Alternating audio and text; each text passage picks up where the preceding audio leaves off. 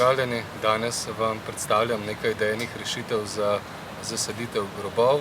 Sadili bomo v manjšo gredico, nekoliko večjo gredico in pa v posodo.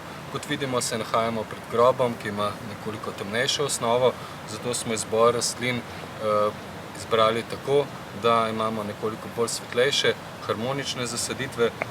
Izbrali smo rastline z različnimi oblikami listov, različnimi barvami listov in pa tudi različnim cvetenjem. Tako, če začnemo z desne proti levi, smo sadili jesensko reso. Ta poleg krizanteme običajno na grobu ni prezimana in bomo spomladi jo nadomestili s kakšnimi drugimi rastlinami. No, v tem primeru proti levi strani pa imamo travnolistni kolmež, ki je lep zaradi svojih suličastih listov, in pa še naprej potem mleček, ki je prav tako trpežna rastlina, dobro prenaša sušo.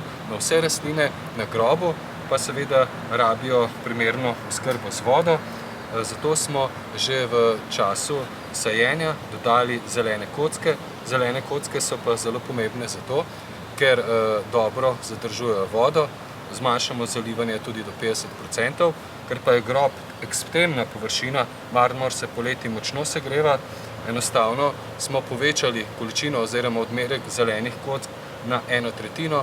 Doma pri sajenju lončnih jih dodajamo v razmerju 1:5, tukaj pa smo jih dodali v razmerju 1:3. Prav tako zelene kocke priporočam tudi za posodo. Če pogledamo proti posodi, smo sadili šaše, se pravi rumenolistni šaš, potem jesensko vreso, ki ima pravzaprav zelo lep habitus, in pa potem še naprej mačehe v rumeni barvi, se pravi ton v tonu.